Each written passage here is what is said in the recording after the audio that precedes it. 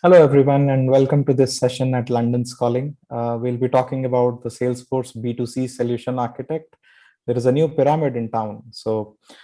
First of all, a huge thank you to all the sponsors for making this event possible. I've actually been very fortunate to present uh, a couple of years back at London's Calling, and I have very fond memories of presenting at this event. I've actually presented multiple times, and I'm glad to be back again here.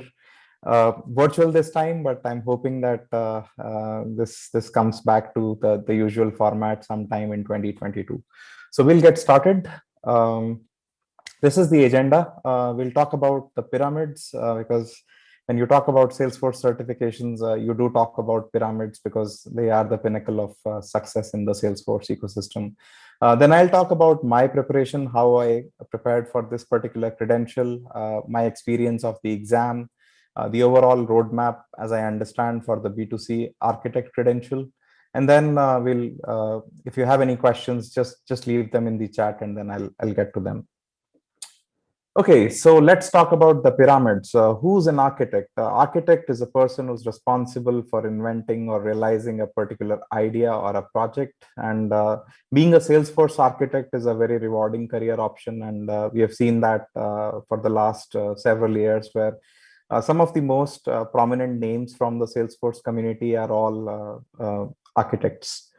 So this is an image which all Salesforce architects would relate to. It's the certified technical architect pyramid, and probably the most publicized graphic amongst the Salesforce credentials. How does it work? It has two sides of the pyramid. You become an application architect by doing certifications like the app builder, platform developer one, sharing and visibility designer, as well as the data architecture designer. And then there is a system architect side, which is the development lifecycle and development lifecycle and deployment designer, identity and access, integration architect, architecture designer, and then platform developer one. That makes you a system architect. Once you complete the application architect and system architect, theoretically, that's all the prerequisites that you need to appear for the CTA review board. But in reality, it's a lot more than that that's needed to actually get to the review board, because the review board itself is a grueling process. So you get a case study, you get some time to prepare your solution, then you present your solution, and then there is a panel of 3 judges which question you on that. So this is the CTA pyramid, and it's a process which has very well established, and there are about 300 odd CTAs who've actually managed to clear this very tough credential. And again, as I said, the pinnacle of success as far as Salesforce architects are concerned. While this was great, there was one thing which was kind of lacking, was that this was strongly geared towards technical architects. So if you were a solution architect or if you were an enterprise architect, you were kind of an imposter who was kind of trying to fill the CTA, who was kind of trying to get to the CTA pyramid. So thankfully, Salesforce realized that gap, and they came up with a new credential and a new pyramid in that sense, which is the B2C solution architect. Again, the approach is very similar, that you do certain prerequisites. In this case, since a B2C solution architect would need to know a few things like marketing cloud, they would need to know their integrations, and then obviously they need to understand the core platform concepts as well. So they choose 3 prerequisites, which is the marketing cloud email specialist. That is the entry level certification for marketing cloud, the platform app builder, the integration architecture designer, because again, if you are in the B2C space and if you are a solution architect, integration patterns and integration architecture is something that is very, very relevant. The difference here is that after you clear these prerequisites, you become eligible for the B2C solution architect credential. It's not like a review board, it's another criterion exam. So you can either take it online, or you can actually walk into a criterion center, and then it's just like any other criterion exam that you would give. So there is a certain number of questions, 60. There is a cut score, and based on whether you answer enough questions correctly, you either pass or fail. So before we actually talk about the specifics of B2C solution architect credential, it's very important to identify what kind of an architect you are. And in some cases, especially if you're working in a smaller organization, the lines kind of get blurred. But broadly speaking, and this is an image which I took from a Lean IX site, which has a number of great artifacts around architects, is that there are two focus areas. There is a focus area around technology, and then there is a focus area around strategy. Technical architects, obviously, they are very strong on technology, and that's where the CTA credential fits in as well. They have very strong technical depth, and they know all the concepts really well. On the other side is the enterprise architects, which are a very strong strategic focus, focused on the broader picture. And then the middle ground is kind of where the solution architects fit in. They are expected to know technology, so they are somewhat technical, but they are not necessarily experts, or they do not know the concepts as deep as a technical architect would know. But they are also expected to kind of appreciate and understand the broader picture. So there is a strategic aspect to it as well. In short, it's kind of the middle ground. And again, if you work on a lot of RFP responses, or if you do a lot of solutioning, that's where you kind of fit in the overall puzzle. And since I took a lot of images around pyramids, I thought I'll put in another one, which is around the pyramid of all the architect architect titles or architect roles that are there. So again, you could have multiple roles based on the kind of organization you are in. So you could be a technology architect. If you are dealing with a lot of data, you could actually be a data and information architect. If you are dealing with enterprise architecture patterns, you could be an enterprise architect. If you are heavily focused on the business scenarios, business architect. Again, if you are focused more on integrations, than an integration architect, and so on and so forth. But again, these lines could be blurred depending on the organization, depending on the kind of projects you are dealing within, and a number of other criteria as well. So let's talk about the B2C solution architect credential itself. It's a relatively new credential. And like any other credential, you need to be prepared. You need to prepare well. I would not say that this is the most difficult exam, but again, it will test your concepts. It will test your acumen. It will test how well you can apply those concepts to answer the use cases. So in short, be prepared, and whatever is needed to be prepared, as that image suggests, do that, because it will come in good when you are appearing for the exam.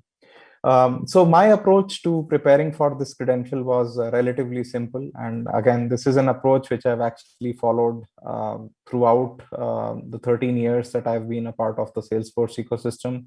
And I can definitely say that it has served me well, because with this approach, I've cleared 34 Salesforce certifications. So it's a tried and tested model for me, and I'm hoping that this will work for you as well. So the first step, obviously, is you need to read the exam guide. A lot of people actually, I mean, as trivial as it may sound, a lot of people actually miss or do not pay enough emphasis on this. You need to read the exam guide, not just once, maybe multiple times. What I usually do is I take a printout of the exam guide, I highlight the most important sections, and then I basically tick them off as I'm preparing for the exam, and once I cover a specific section. Then trail mix and trailhead, those are your best friends. There is a very good trail mix around this particular credential called the B2C Solution Architect Trail Mix. I would recommend doing it multiple times. Again, this is a trail mix which is dedicated specific to the exam. So there are a lot of good hints in there, which you will be able to pick up. And the best part is that unlike any other trail mixes, Salesforce has actually done a fantastic job of putting in some sample questions. So each module that you do in the trail mix has a PDF which you can download, which again covers the important concepts from an exam perspective. And most importantly, it has a lot of sample questions which are very close to the questions that you'll get in the exam. So you actually are preparing for the exam as you're running through with those sample questions. So do spend time with that trail mix. It will really come handy when you are appearing for the exam. And I was kind of smiling when I was giving the exam, because I could relate that, okay, this is the question, and I saw something similar in the trail mix, and I was able to relate and apply those concepts. Then the third is PLC or Partner Learning Camp. If you work for a Salesforce partner, if you have access to partner community, then if in case you did not know, Partner Learning Camp is a gold mine of resources. I still see it's kind of untapped. A lot of people are either not aware of it or they don't actually leverage it. But for me personally, Partner Learning Camp has been a fantastic resource which I've leveraged to the fullest extent possible.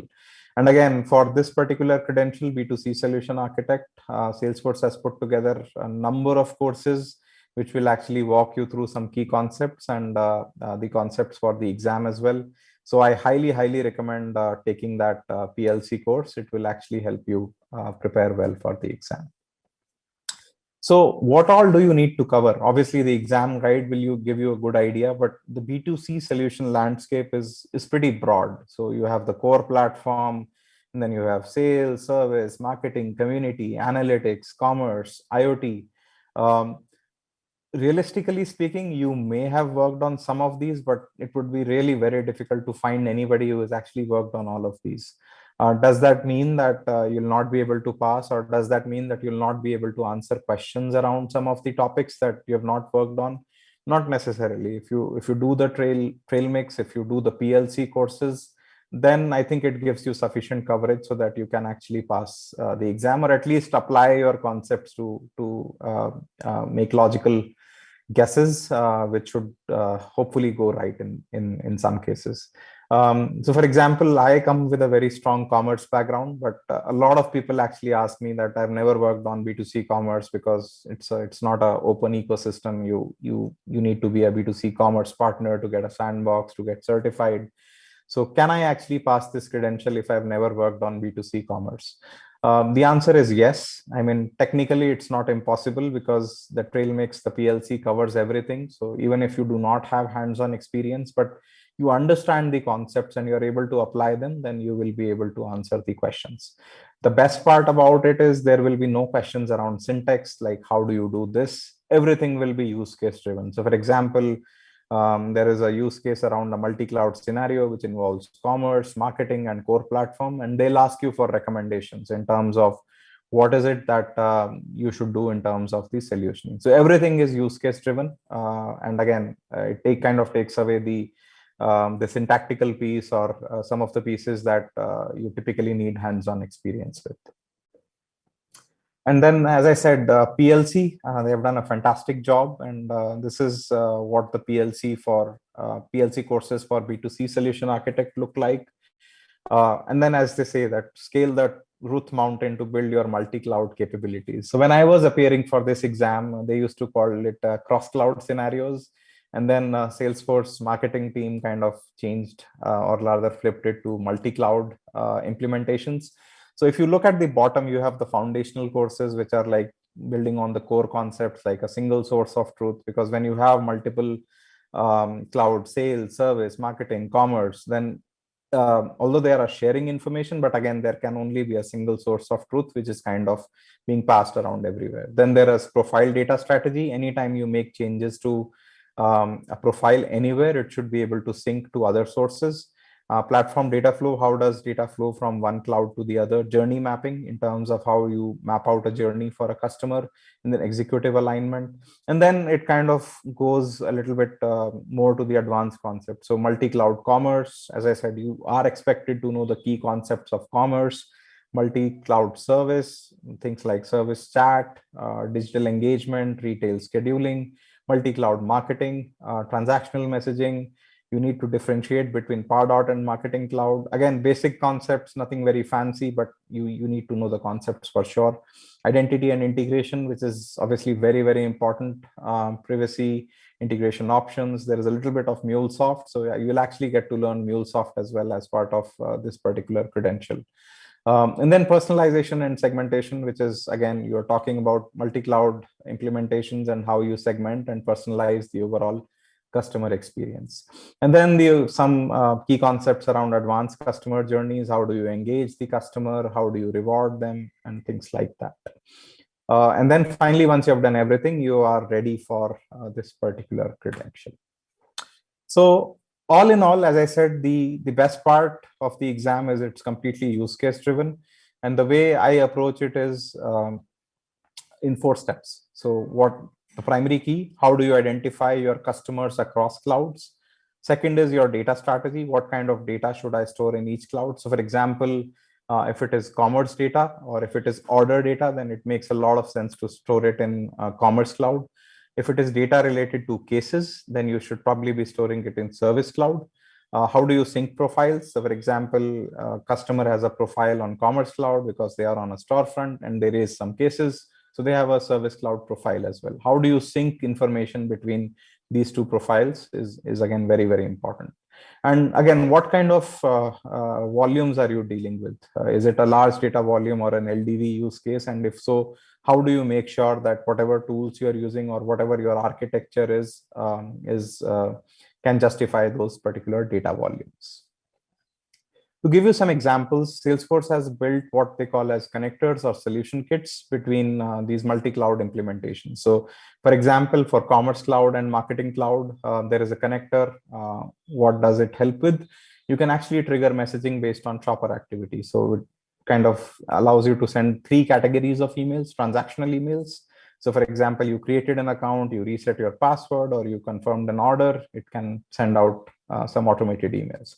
Behavioral emails. So this is basically to drive customer engagement. So for example, I put some items in my cart.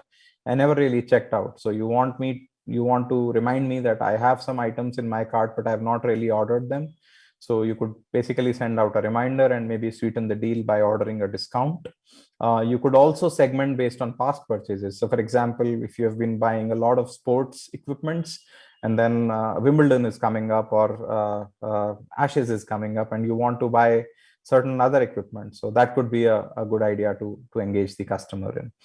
Data synchronization, a single view of the customer catalog, content, again, very important when you are dealing with multi-cloud implementations and fetching data from multiple sources. It's very important that all your data is synchronized and it's very, very accurate across all these clouds.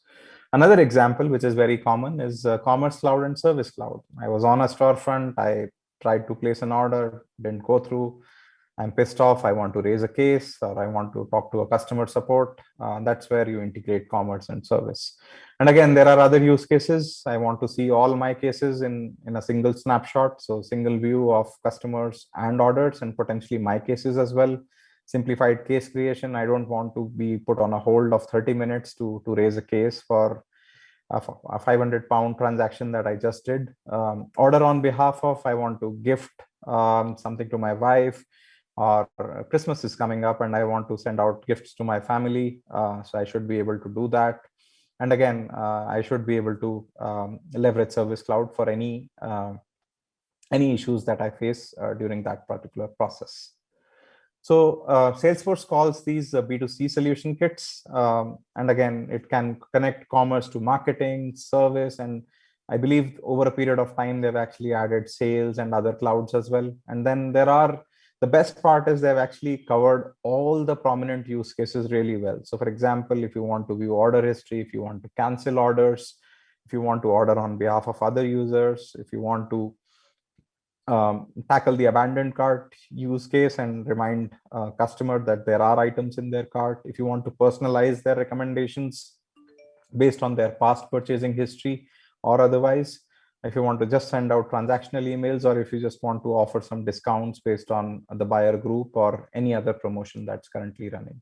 So all in all, there will be questions around B2C solution kits and typical multi-cloud scenarios in terms of I have all these clouds, and then how do I solution my particular use case? So now let's talk about the exam, which is kind of the grand finale in the scheme of things. A question which a lot of people ask me: is it difficult? Yeah, that question itself is a little bit tricky to answer. But when I passed this exam back in December, I was actually the second person. In fact, I mean, I was among the first two because I and Douglas Midley from Accenture, we did it the same day. He was a little bit ahead in the time zone, so I came in second. But now I think we are close to about 30 odd people. So the exam is not really difficult, and almost everybody who's passed has either good multi-cloud experience or I mean, they have really spent time with the trail mixes and the PLC. And there are a lot of resources. Ibrahim Lloyd, who's the evangelist, who's the owner of this particular exam, he actually runs weekly office hours. And then one of the Salesforce MVPs from UK, Kerry Townsend, she runs a study group which is just focused on this particular examination. So I highly, highly recommend that if you are planning to appear for this exam, then you leverage both these resources. But just to talk about my experience, multiple choice questions, these exams are never easy because you go through a certain set of expressions. You read the question and you have the confidence. I have it under control and I know exactly what is the answer. But when you start looking at the options, you kind of think that maybe this is not what I thought. And once you read all the options, maybe you are a little bit lost. That okay, the answer and the question don't quite seem to be what I expected. As compared to the other multiple choice certification exams that Salesforce has, this one is a little more tricky because most exams, they will ask you to pick one correct answer out of the 4 possible choices. In some cases, they actually ask you to pick 2 correct answers out of the 4 possible choices. This particular credential kind of steps it up by several notches. There will be several questions where you will be asked to pick either 2 out of 4 or 3 out of 5, and 3 out of 5 is generally when it gets very, very tricky. So, and then my only suggestion is if you read the exam multiple times and if you read the options multiple times and apply the elimination approach and think logically, then you should be able to kind of narrow down some of the wrong answers. That is an approach that has worked well for me, and I'm hoping that if you follow this advice, it will work well for you as well. So now let's talk about the roadmap. 2020 was an exciting year for all of us for all the wrong reasons. But Salesforce has promised that 2021 will be an exciting year for all of us for the right reasons, especially if you are an architect. And that's because there's another solution architect credential on the horizon, which is called B2B solution architect. Again, the approach is very, very similar. There is a trail mix which already exists for this credential, and there are PLC courses which exist. The key difference here is that the focus is more on the B2B use cases rather than the business to business use cases, and not so much on the direct B2C use cases. In terms of some of the knowledge, rather than knowing B2C commerce or Demandware or SFCC or Salesforce Commerce Cloud, you're expected to know what the product called B2B commerce or CloudCraze.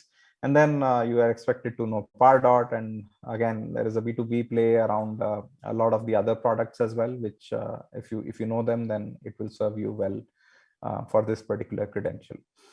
This credential is currently in the making, as I mentioned, and I think the time frame to launch this is around June. And yeah, and I know for sure that, I mean, people who work in a solution architect role, like for example, I do, because I work a lot. About 60 to 70% of the work that I do is around RFP responses, putting together proposals, solutioning. So I'm pretty much looking forward to it, and I know a lot of people around the world are as well. And then, as I said, Salesforce does have a very strong focus on the architect credentials this year.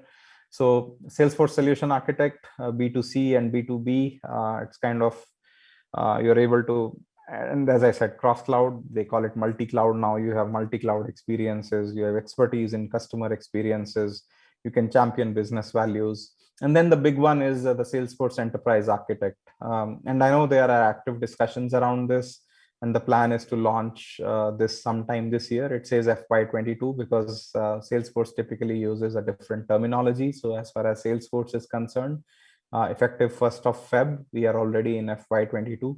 So hopefully sometime this year, this particular credential will come out as well. And again, the focus here is a little bit different. You are doing large scale implementations or complex delivery, and it's a multi-cloud enterprise integration. And then the slide that I showed you earlier with technical architect, solution architect, and the enterprise architect, this would be very, very heavily focused on the strategy side of things. So overall, it's a very exciting time to be a Salesforce architect. And again, CTA is still the gold standard. So if you are a technical architect and planning to appear for the review board, then that's probably a major milestone as well in your architect journey.